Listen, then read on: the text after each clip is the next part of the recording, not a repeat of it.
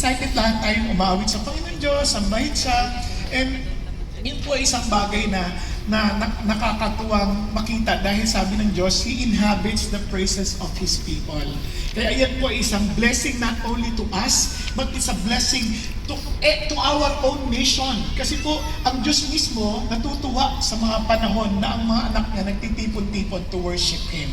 Ngayon alam po ninyo, excited din ako kasi we are now having a short new series bilang bahagi ng ating pagdiriwang ngayong buwan na ito. Ito ang ating 1-month celebration ng ating anniversary.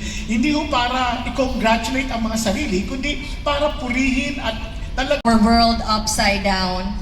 Grace Navigators aims to help these young adults navigate the highs and lows of life amidst cancer.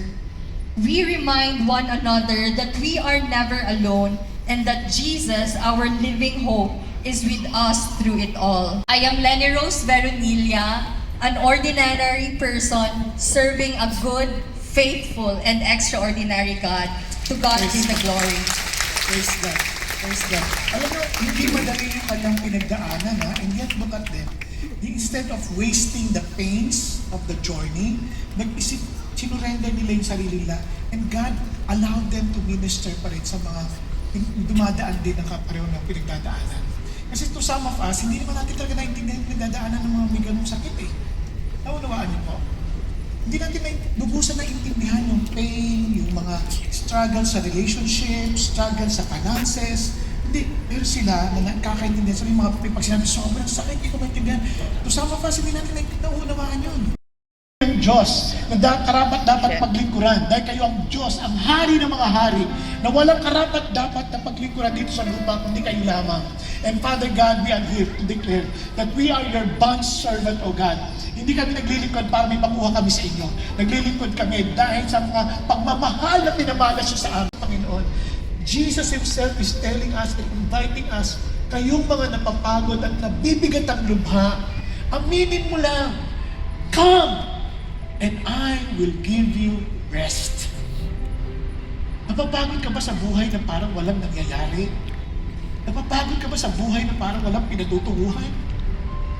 Kung napapagod ka, lumapit ka kay Jesus at inaanyayahan ka niya. Sabi mo, Panginoon Jesus, tinatanggap ko pa ang paanyaya ninyo.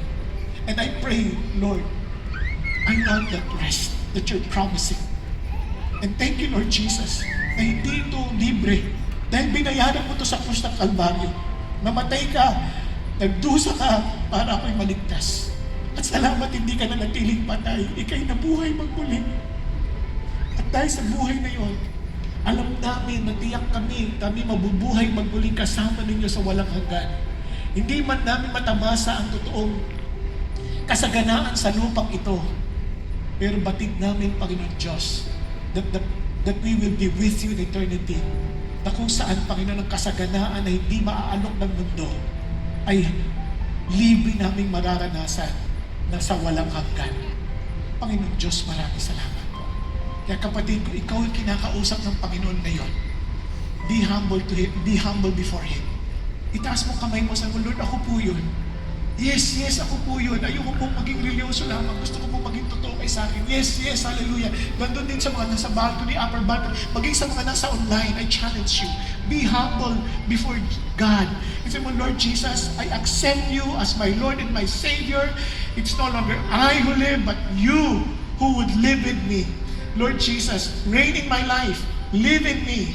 That I will live by faith according to your will and purposes. Thank you, Lord Jesus, for loving me. Thank you, Lord Jesus, for dying for me. Thank you, Lord Jesus, that you rose again from the dead to give me a new life. Thank you, Lord Jesus. Hallelujah. Thank you, Lord. At ngayon naman gusto ko hamunin ng bawat isa. Friends, now that you know that you belong to Jesus, at yung mga umaangkin na kabahagi ka ni Jesus, will you share Christ? Will you serve Christ? Will you surrender your life to Jesus? Kapatid ko, ikaw kinakausap ng Diyos, tumayo ka from where you are. Lord, I want to share you. I want to serve you. I want to surrender my whole life to you. Lord, ang bawat bahagi ng buhay ko para sa iyo lamang. Hallelujah. Thank you, Jesus. Thank you, Lord. Panginoon, nakikita mo ang mga kapatid ko nakatayo. At sa bawat pamilyang aming nire-represent, O Diyos, I pray that we will not stop sharing you, Lord our God, to our relatives, to our neighbors, to our classmates, to our office mates, at kung saan mo man kami dalhin, Panginoon Diyos. At kung sino man pahintulutan mo, Panginoon Diyos, na kami po'y makasangkapan ninyo upang maibahagi to, again, overcome their bodies. Allow them, Father God, to always to be strong, to be healthy, Father God, to minister to those who are going through the same journey that they had. Panginoon, ingatan niyo po sila, provide for them, continue to use them for your purposes. Salamat, Panginoon, sa buhay nila. And I pray, Lord God, please, Lord, protect them from the attacks of the evil one. In Jesus' name, amen. Amen. Amen. God bless you. God bless you. Praise God. Praise God. Alam niyo po,